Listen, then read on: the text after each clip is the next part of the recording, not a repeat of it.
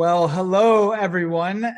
Thank you for joining us today for the Consumer Pitch Competition. We are excited to highlight innovations being developed directly for an audience of consumers like ourselves.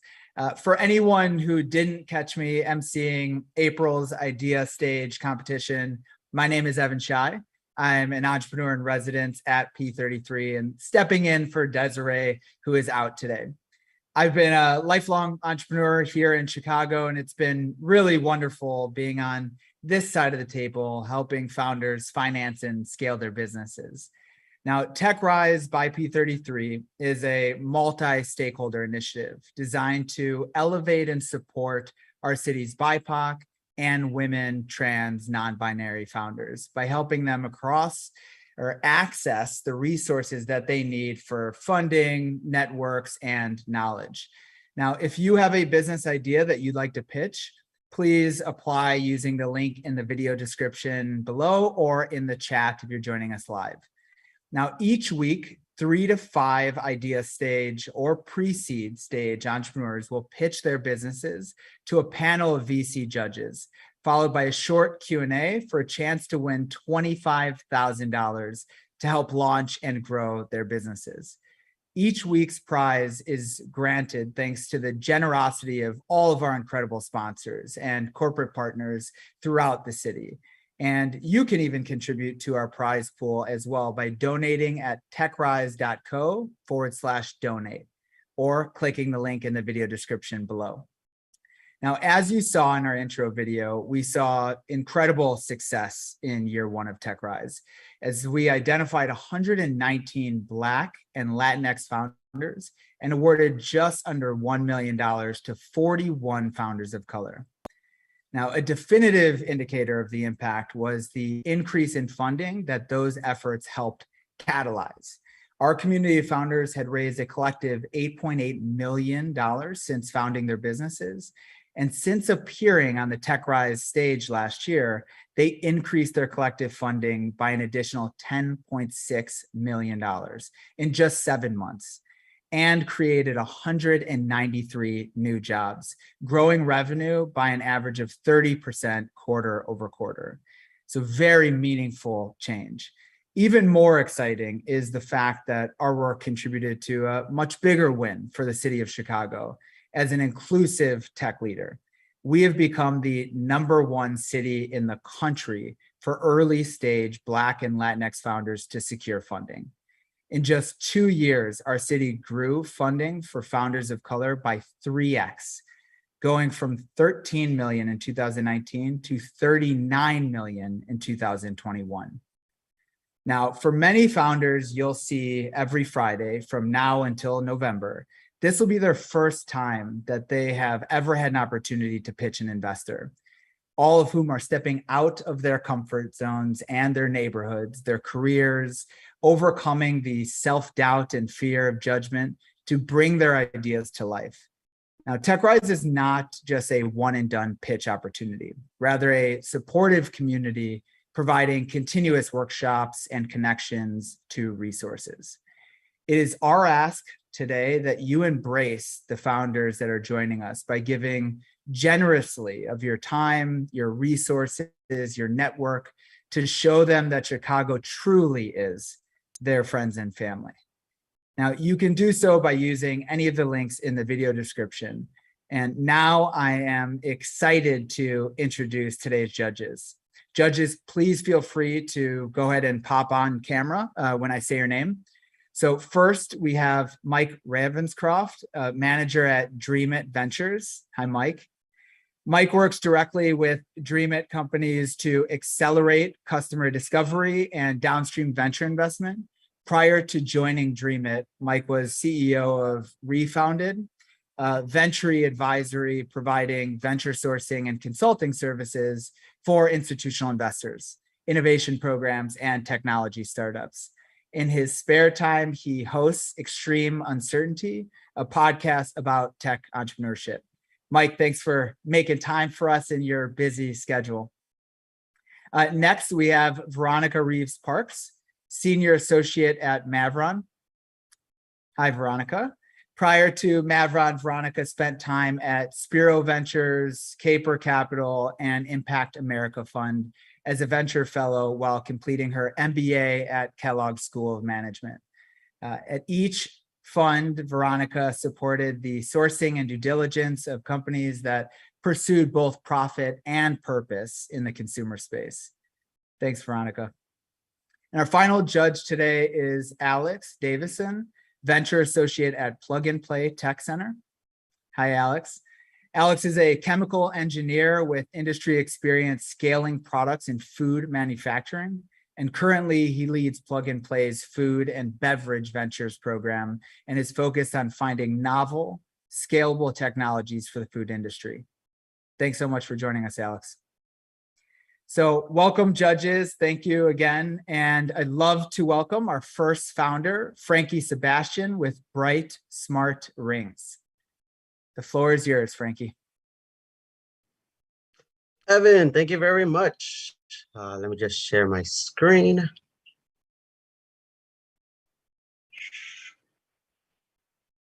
Okay, it's a little bit slow. 1 second. There you go. All right. Hello, everybody. Thank you for joining TechRise Season 2. My name is Frankie Sebastian. I'm one of the co-founders of Bright Smart Rings. Now, let's off to make you a cyborg. Why a cyborg? Well, right now, with or without coffee, humans, we're trying to be as much productive as we can. But it's a little bit hard when we're carrying too much plastic, too many keys in our wallet, in our purse, too many loyalty cards, too much stuff to have to worry about for our daily lives. That is where the Bright Smart Ring, the Bright team comes into play. We are trying to build a ring where it has all of this that I just mentioned, all of your credit cards, all of your business cards, all of your keys into just one simple ring. Not only are we trying to maximize human productivity, but we're trying to end plastic waste. This smart wearables market it's huge. It's $10 billion. Why $10 billion? Well, gadgets such as this, smartwatches, as well as the Ura smart rings. I've seen many people with one of these, or if not both of these, and the demand for smart wearables is huge. As you can see right here, they're selling like hotcakes. Millions of units are being sold, either smart rings or smart watches. And we're trying, the Bright team is trying to capture, if not penetrate, a big portion of this market. We're working very, very hard to sell hundreds of thousands of units, if not millions of units. And with our current special pricing of $39 per ring, we're trying to penetrate the market, and we're working hard to achieve high revenues for the upcoming years. Currently, our go-to-market strategy is right now that everything's opening in Chicago and elsewhere, where the Bright team is attending several networking events, and actually right afterwards, we receive many orders. This is one of our early customers, early users. They love our products, even if it's our first generation or prototype, it's a functioning prototype. And our early customers are excited of what Bright is developing. This is the team, Sutton or T and I. We're a small team. We love everything that has to do with tech, and we're working very, very hard to take Bright's smart rings far. Now, actions speak louder than words or a demo, so I'll be happy if anybody's interested. Let's meet in person. I'd love to show you our smart rings in person. It's very, very simple to use, and almost anyone can use our smart rings. One of our early customers, users, is actually saying Bright is building a productivity utopia. Well, I, as the co-founder, I am working very hard to achieve that. I'm a very, very impatient person, and anything that has to do with productivity, I love to, be beachheaded that. To change the world, we really cannot do this alone. So we thank everybody that's watching. We thank the judges of today. We thank once again TechRise for this opportunity. And yeah, we are just starting, but we are going full throttle, nonstop. And yeah, I'll be happy to make a smart ring for anybody that is interested. Thank you very much. And yeah, thank you for this opportunity. Thanks, Frankie. Nice job. Judges, I'd love to welcome you back to the stage. Please feel free to turn your camera and mic on. Mike, why don't we start with you? Any questions? Sure. Nice to meet you, Frankie. So curious, you said you're building. What's the current functionality? Like, what can the ring do right now? Right now, I have one right here. It has a business card business card, and you can share your digital presence with anyone on Android or iPhone. So you can share like a digital business card, you mean? Correct. Okay. Yes. You can tap and pay as well, but that's a little bit buggy, but we're working on it. Yeah. Awesome. Let's go with Veronica. Yeah, great job, Frankie. One of the questions I have is around the cost to make the ring and the materials. You talk about ending kind of plastic waste, so maybe two questions in one. What's your margin on the ring today? And then two, how does the materials or your process of manufacturing kind of end plastic waste? Margin, yeah, currently it's in the range of 60-80% margin. And given that it's a startup, actually it's very low. And so as we produce more and more customers, that's definitely can be higher. And it's ending to the question of how is it specifically ending plastic waste is it eliminates all those other cards, all those other plastic cards, all of those. It can be fit, I don't know if you can see, but can be fit into 2 or 3 chips into a ring. So yeah, oh, right here, perfect example. All of these, these cards in your wallet or purse could be fit into the ring. Great, thank you. Thanks, Frankie. And Alex. Hey, Frankie, love the design. Just in terms of the TechRise competition, it's a $25,000 prize. What's the plan for that money? Do you have a kind of immediate use for it? Definitely, yes. Have to hire a good engineer. We're trying to keep the team very small, everything in-house. And so yeah, half of it would be for an engineer for a startup-based compensation. And then the other half is to improve our software, improve our hardware, and make a better product for our customers. Great, thanks, Frankie. It looks like we definitely have time for 1 or 2 more questions. Any of the judges, any follow-up questions? Sure, I was interested in kind of the market, who you're targeting. Why is it different from a smartwatch that has somewhat similar capabilities? Can you be used in tandem or not? Oh yeah, that is a big milestone to use in tandem. But right now, one of our big competitive advantage is that it requires no battery. It's always on, unlike the smartwatch. Sometimes it runs out of battery. And yeah, it's very small, and so it really doesn't, hand gestures doesn't, not a big obstacle.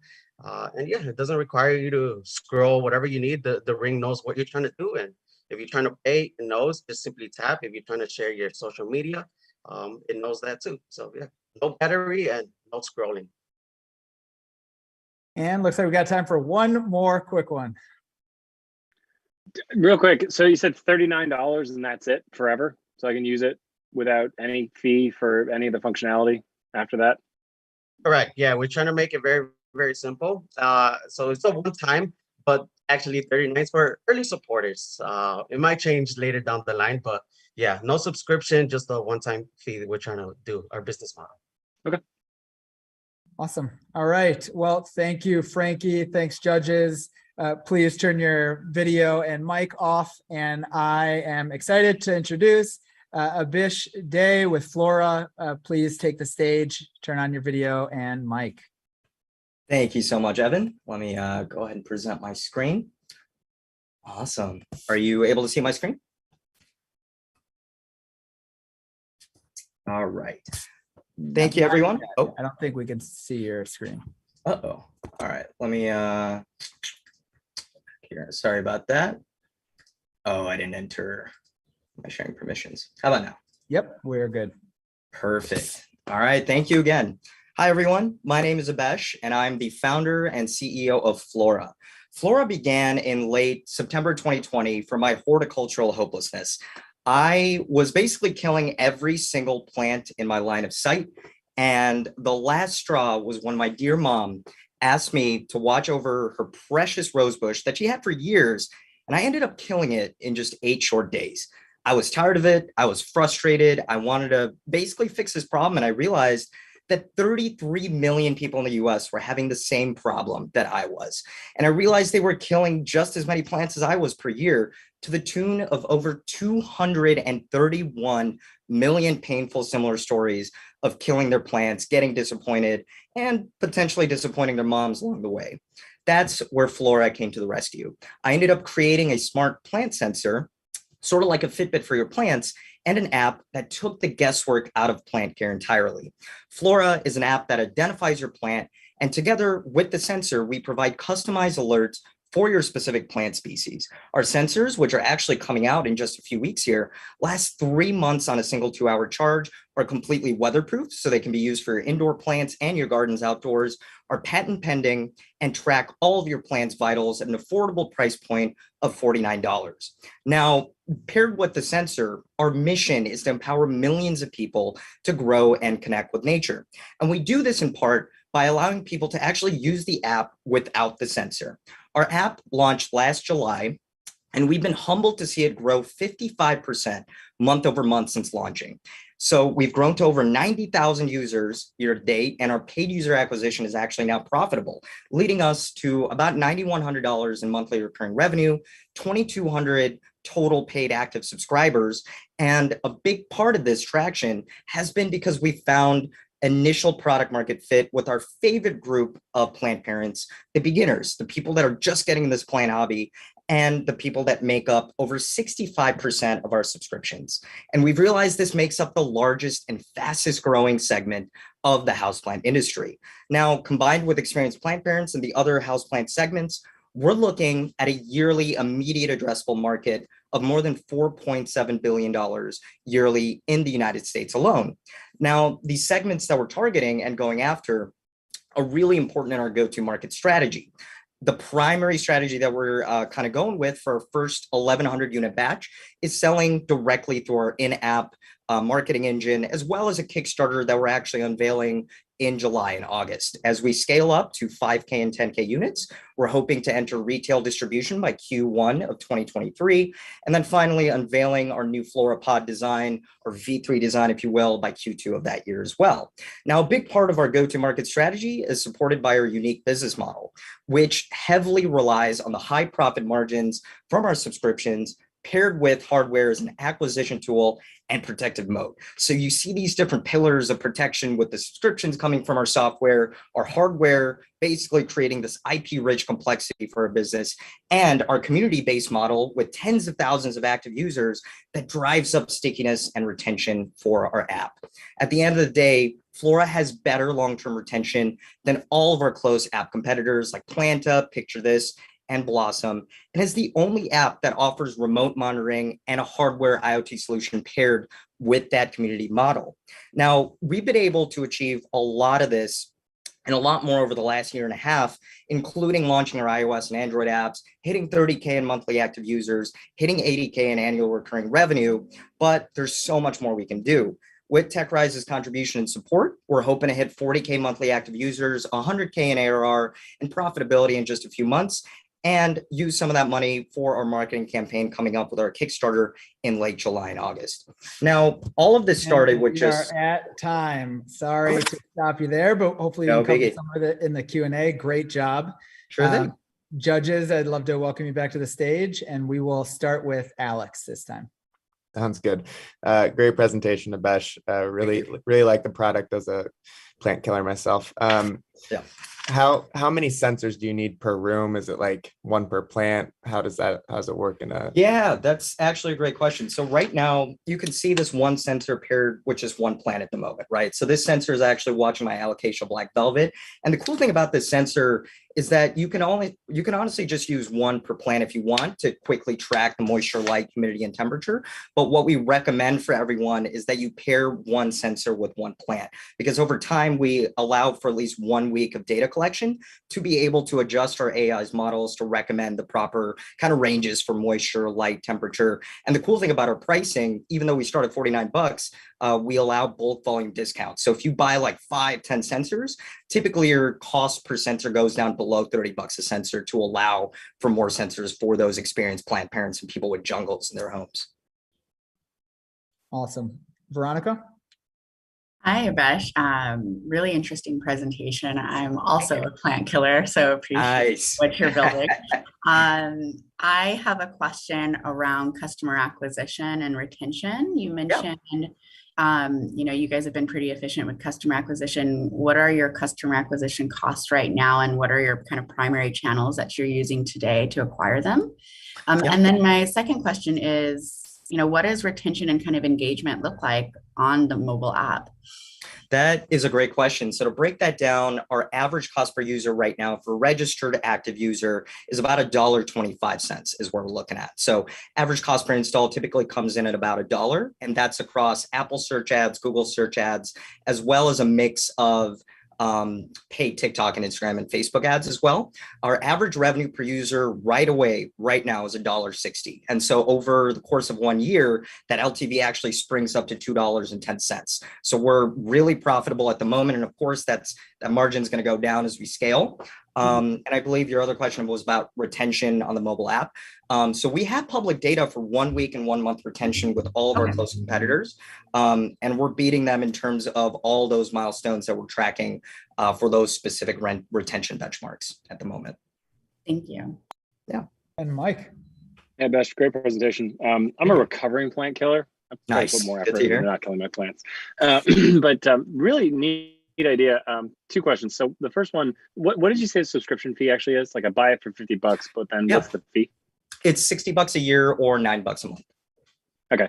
And I'm just kind of curious, why did you say you are going direct to consumer through online channels, or like why not just sell these through Home Depot? Presumably you get a huge amount of volume there. So with our go-to-market strategy, the goal is to basically use what we already have at the beginning. So, we have 90,000 plus users, a huge email list, all these people that already have, all the qualifications that we're looking for. And as we scale our unit batches to 5K and 10K unit batches by Q1 of next year, that's where we're going to really enter retail distribution channels.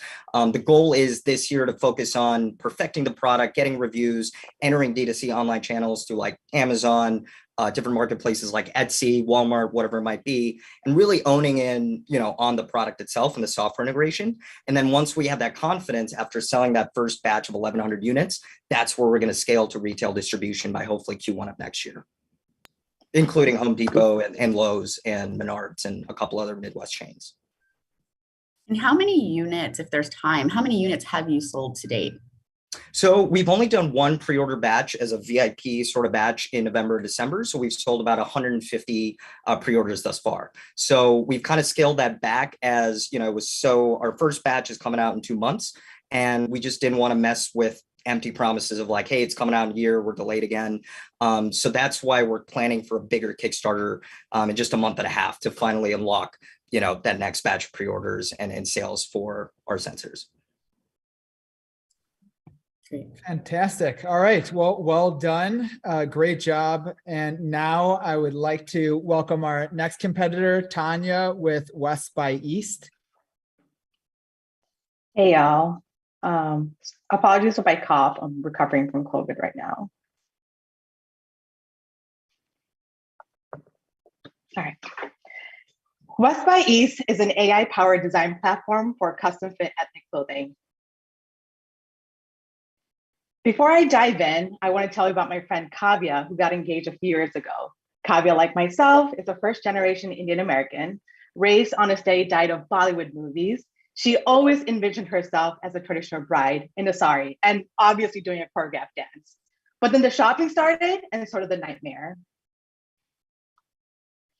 Kavya quickly realized that she didn't have the time or money to go to India. So she tried her luck online, but when the outfit came, it looked nothing like what she saw on screen. Kavya drove 2 hours to the nearest Little India in her area, AKA Devon, Chicago, and she couldn't find anything that fit her, and the inventory looked like it was from the 90s. I still remember Kavya's desperate phone call for help. The reality is that Kavya is not alone, and that's how WESTxEAST was born. Our solution is a seamless experience that is transparent, reliable, and can be done from the comfort of the customer's home. Our customer can select the silhouette, color, and fabric, use their phone to take their measurements virtually in 60 seconds. We then obtain the customer's avatar to create a 3D rendering of the complete outfit on their actual body. This allows the customer to truly envision the final results before we go into production. And this is the end result. Pretty cool, right?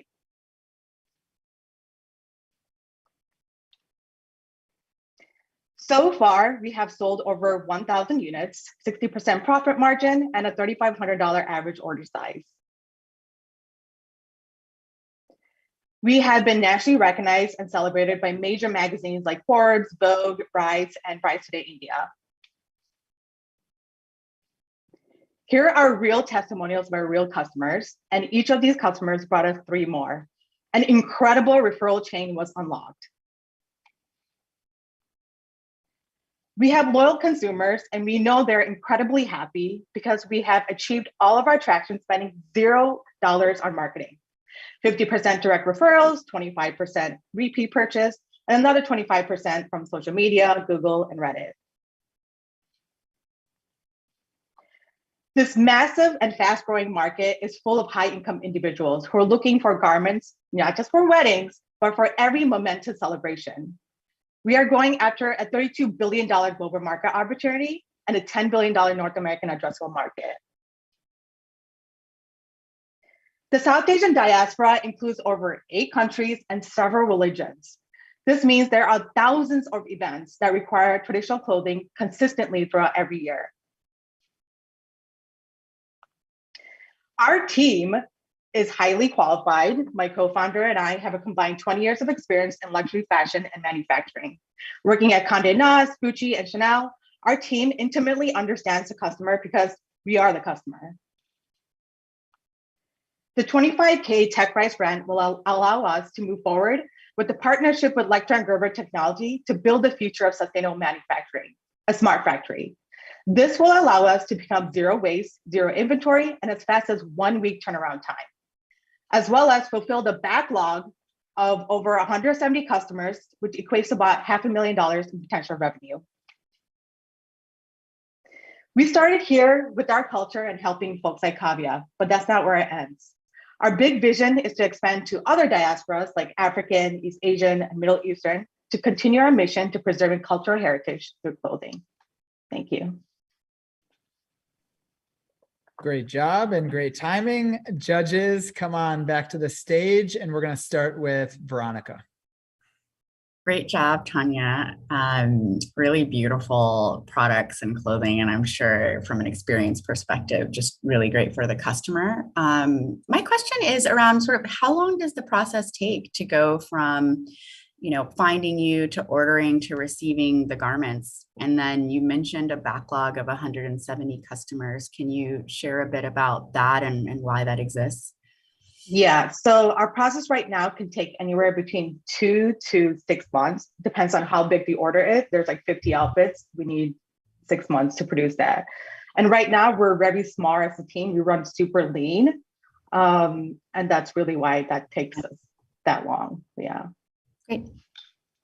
Thank you. And Mike. Great presentation. So are you guys hand making them right now?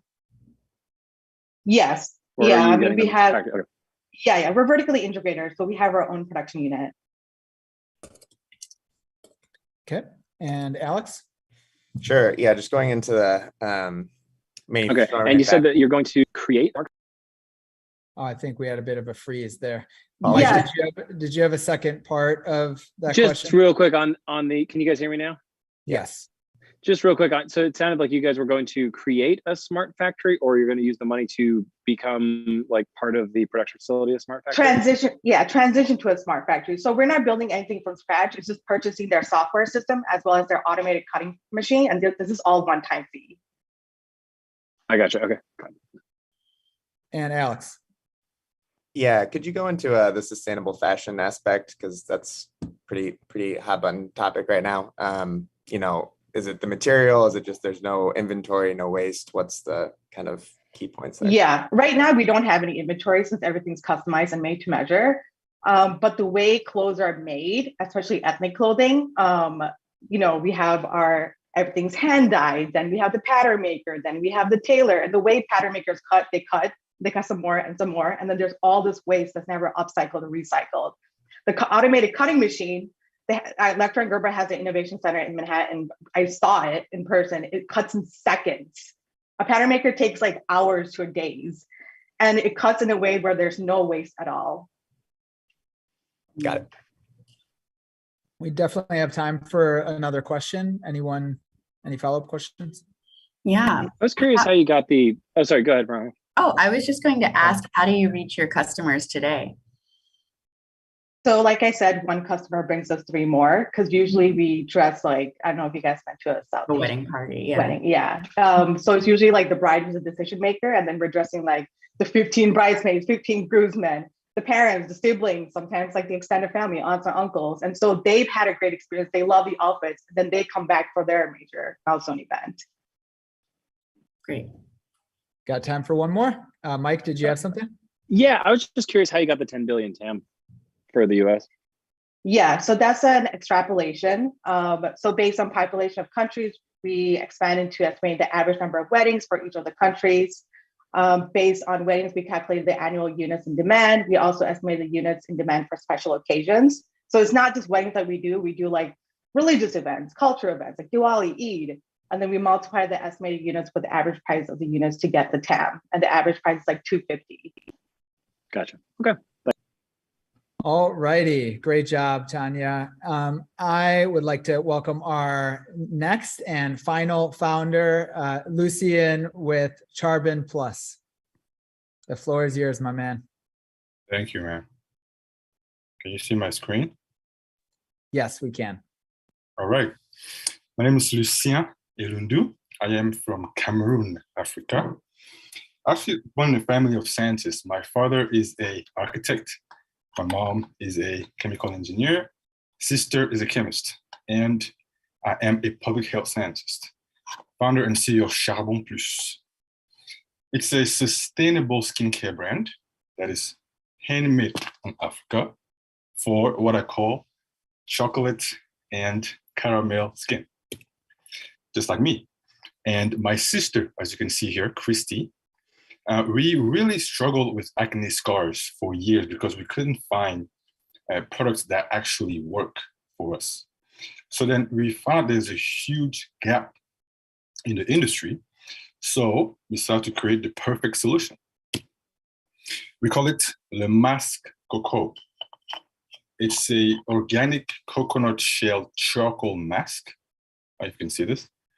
It helps to detoxify the skin, removes acne scars without dehydration, very important, and helps you to look good, smell good, and feel good. The other cool thing about the cocoa is it also helps to reduce carbon footprint because in the manufacturing process, we are leveraging coconut shell charcoal, which helps us to fight against global warming. The opportunity is actually huge. Our long-term vision is to take over the African market. Why? Because by 2050, there will be over 1 billion Africans who will be in the middle to the upper class with a $2 trillion consumer market.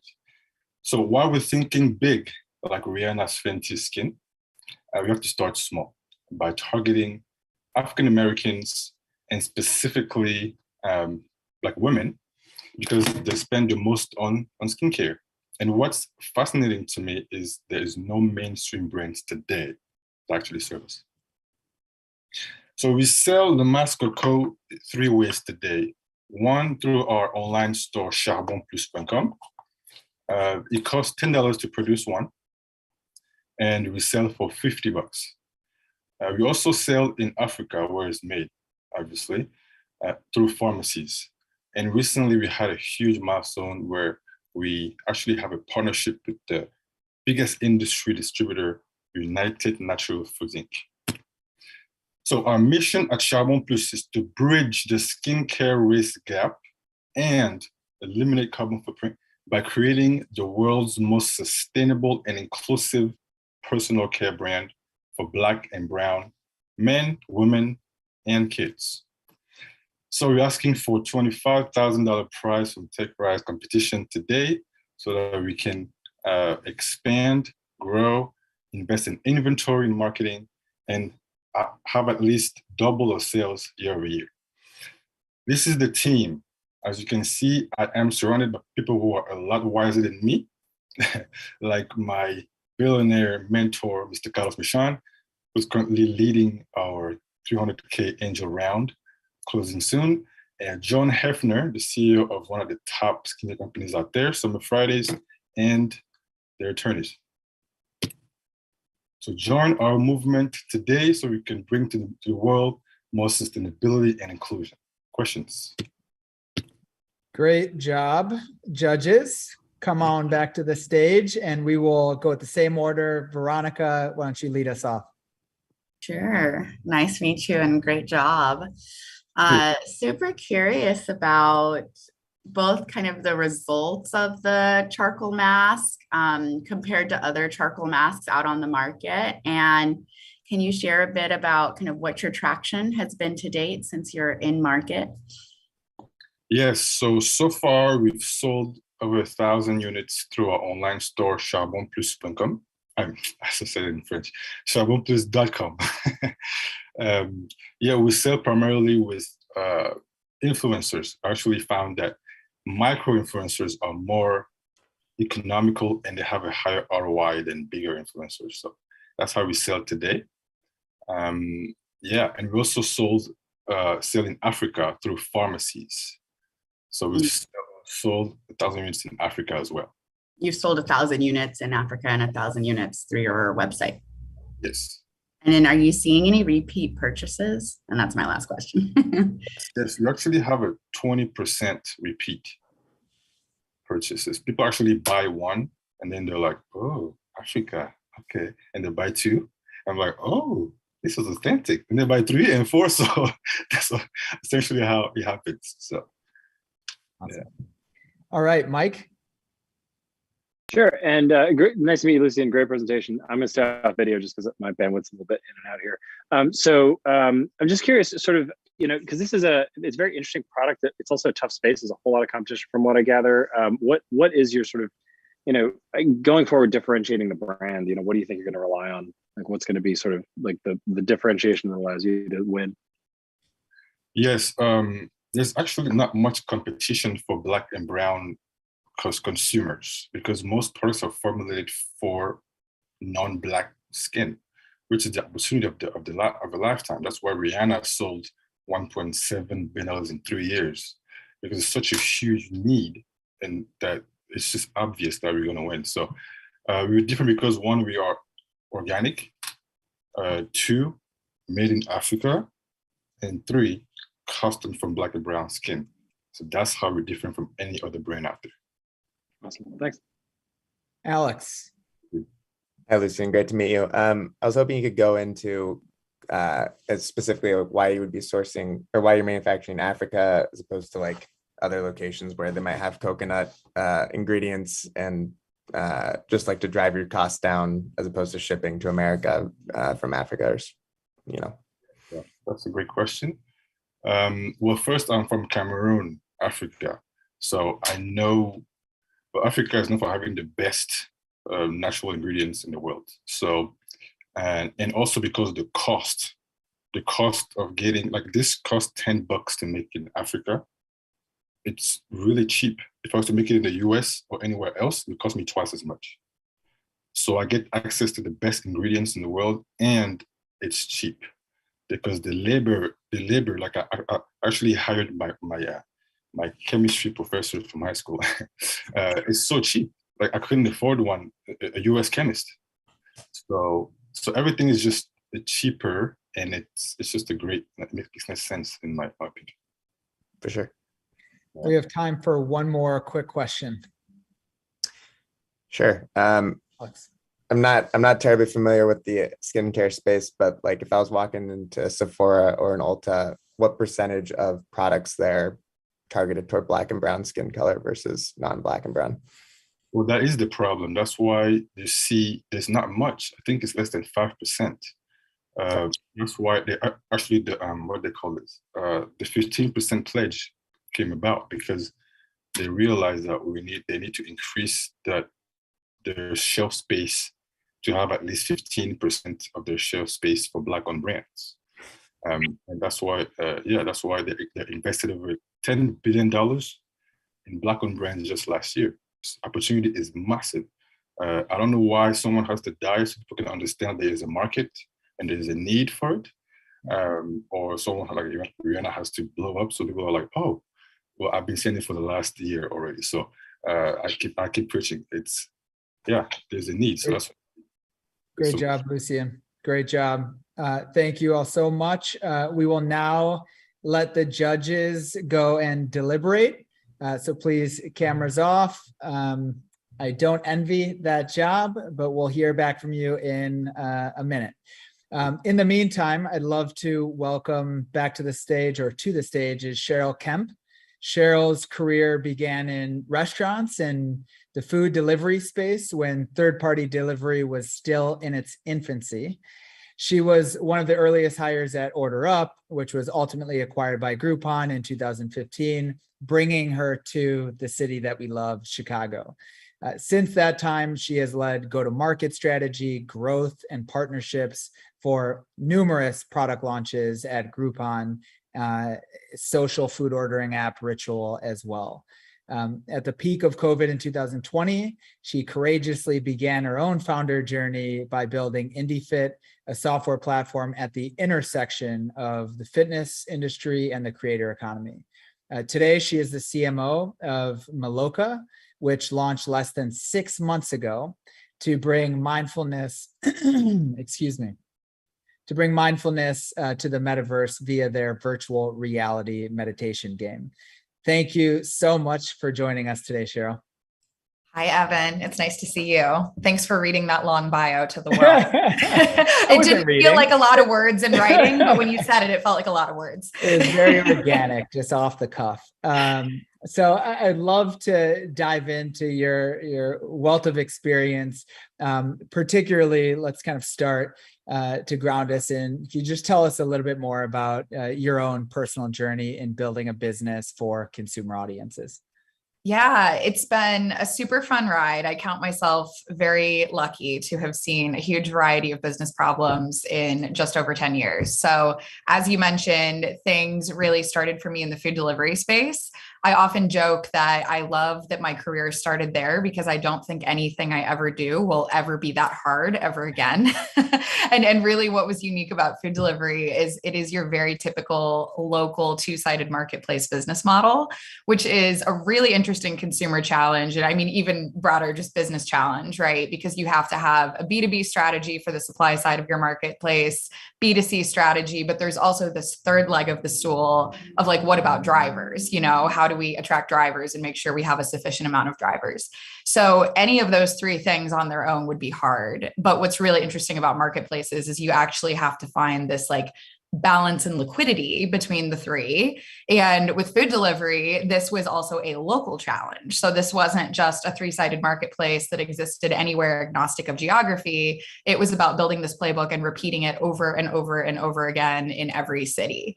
So even though that was many years in the past now, I still very much consider like my roots in consumer, attributed to that experience because it was so interesting and so novel.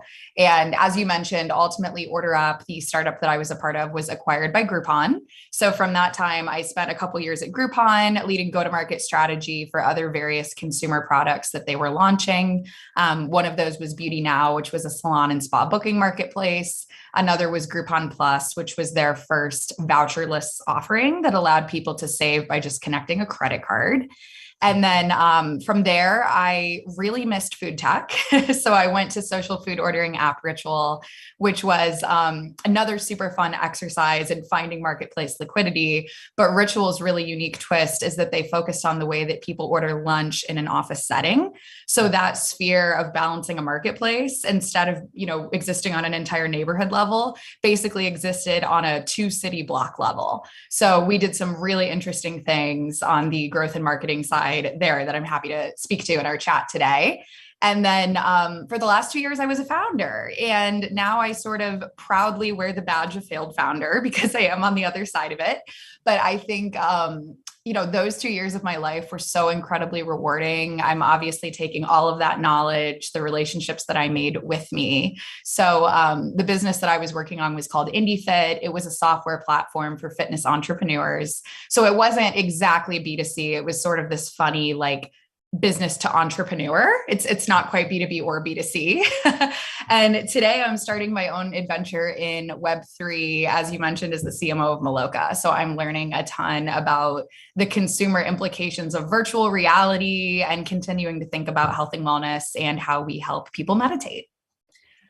What an incredible journey. I'm sure lots of lessons on that journey, no question. And I think when I think about consumer startups and particularly marketplaces, which it sounds like you've spent and kind of earned a lot of your badges, if you will, there's this kind of classic challenge of chicken and egg. And I think in the early days, it's particularly challenging to know which acquisition target you're going after first, or can you kind of go after both simultaneously? How do you kind of advise early stage, consumer focused businesses who might have an interesting kind of acquisition path to acquiring, their target audience? Is it that they have to make a decision early, that they can go after multiple audiences, but need the resources? How do you think about that? It's such a good question. In most cases, in my experience, you usually start with supply. And the reason being is usually supply looks like a business. And so businesses will typically be a little bit more patient, right? Like you can sort of pitch them on the vision and the playbook of how you're going to drive demand to them. And usually they'll be willing to say, okay, sounds good, I'll give this a try. And they'll wait a little bit, right, to see that value proposition actually fulfilled on.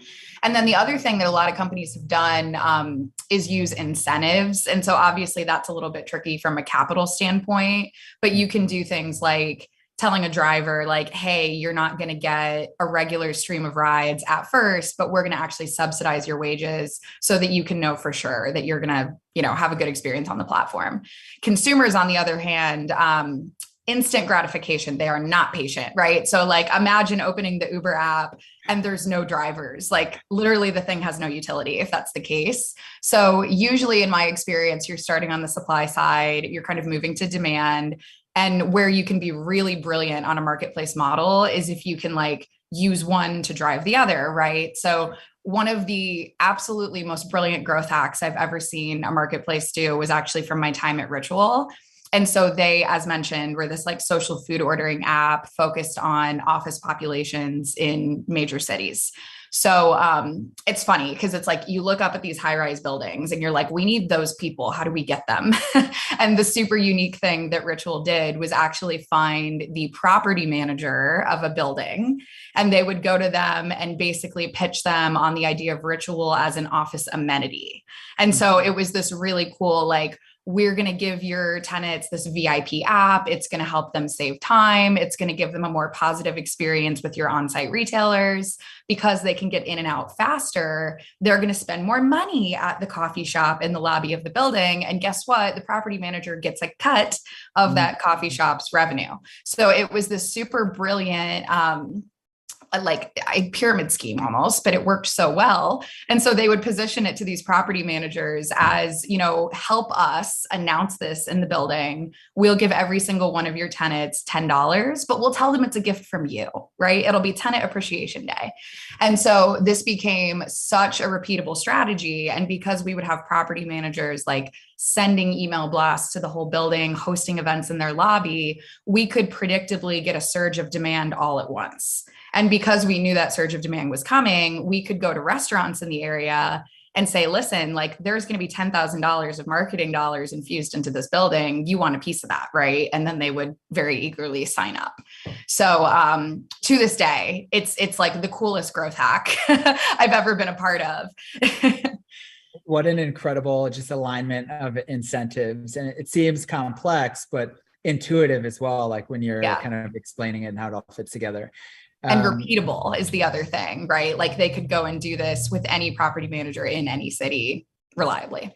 I always say like the best acquisition, system, if you will, is effective, repeatable, and transferable. Certainly something that kind of lends to scale.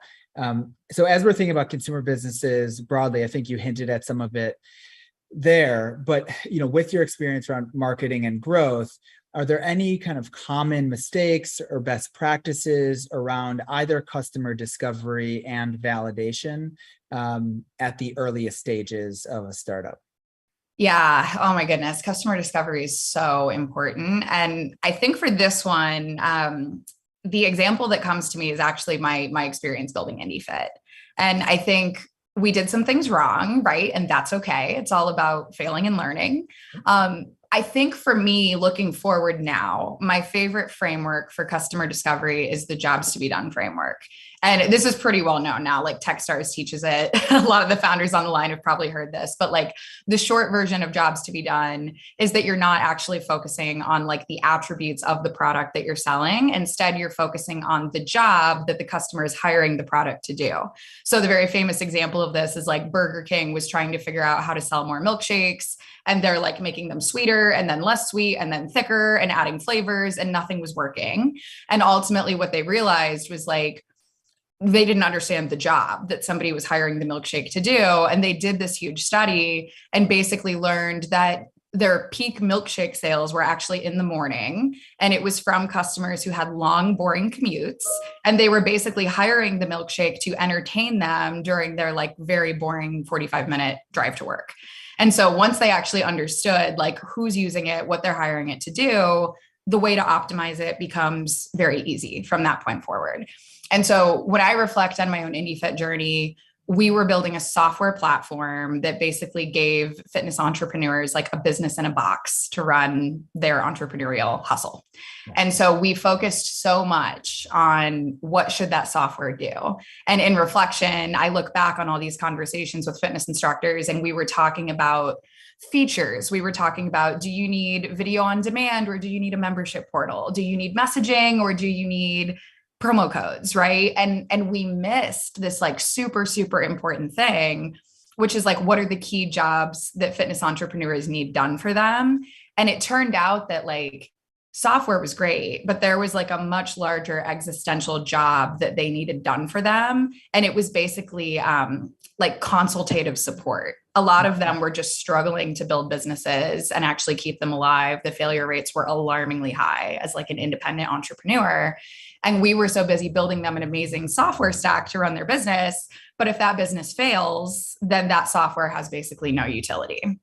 So it's a huge piece of reflection, right? To kind of think about like, what are the core, not just through the lens of what you think you're building, but like, what are really the core problems that this person is facing? What are the jobs to be done? So insightful, so grateful for your willingness to share that. It's a lesson I think we all have learned, unfortunately, some of us the painful way. I'm with you in that boat for sure.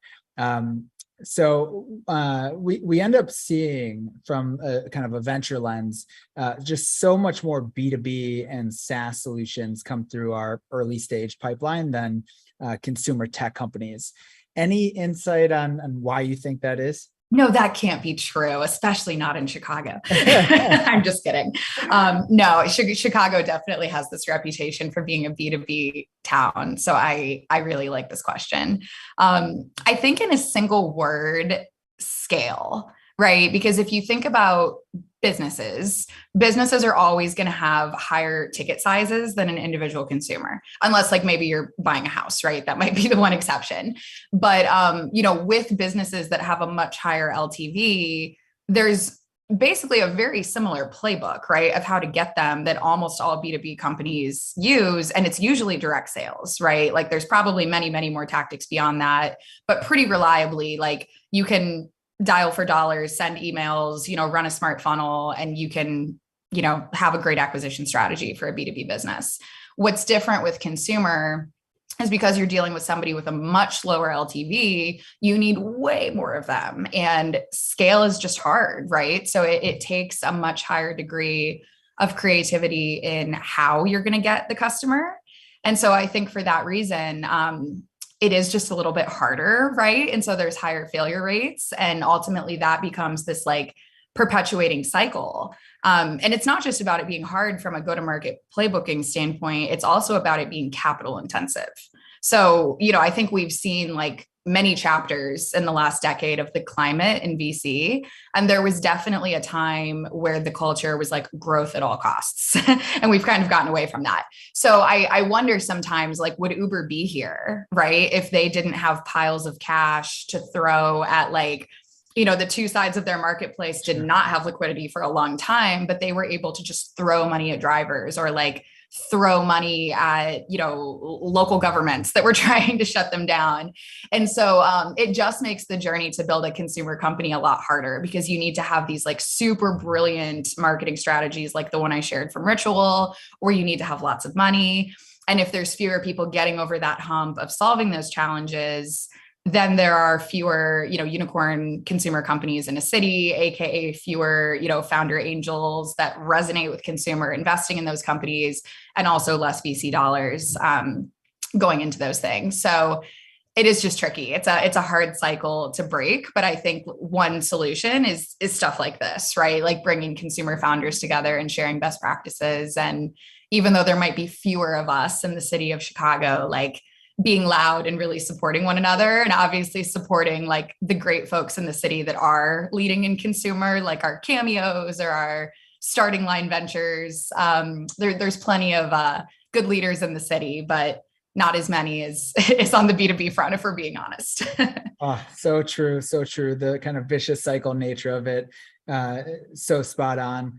Cheryl, I can't thank you enough for taking the time and spending it with me and us today and sharing this really valuable insight. It sounds like we have the answer we've all been waiting for. I'd love to welcome the judges back to the stage, and Alex will be announcing the winner today. Thanks, Evan. Time today. It was great to hear all of your pitches. Some really interesting startups coming up, and love to see the Chicago ecosystem building out. So appreciate everyone's time. The judges decided the prize would be going to Flora today. We really, so congratulations, Aabesh. We really appreciate it. Thank you so much. Oh my goodness. The idea, the presentation was all very clean. Really thought that there's a clear market for the product and see the scaling and the use case. So Flora's in my own home one day. I cannot wait. Thank you guys so much. I'm at a loss of words right now. Oh my gosh, this is a dream come true. Thank you guys so much for having me on. Huge kudos to all the other founders that presented. I'm honestly gonna be leaving here inspired by all of y'all's slide decks. But yeah, I'm hoping to save as many of your plants as possible with these sensors hitting the market in just a few weeks. And go check out the app if you have an iOS, an iPhone. Our app is free to use. Go check it out. Our Android app is actually beta testing right now. So just reach out if you want to help beta test that as well. But I can't thank you guys enough for considering me and for wording me. Oh my gosh. Congratulations. Well done to the Flora team. Well done to all of our founders today at Bright Smart Rings, of course, Flora, West by West, Charbon Plus. You guys all did fantastic. Thank you to everyone who joined us today. Please join us here next week for our first of 3 pitch competitions this season, featuring founders from and building businesses within our North Lawndale neighborhood on the west side. We will see you all soon, and have a lovely weekend. There we go, guys. Nice to meet you all. Bye, everyone. Great meeting everyone. Yep.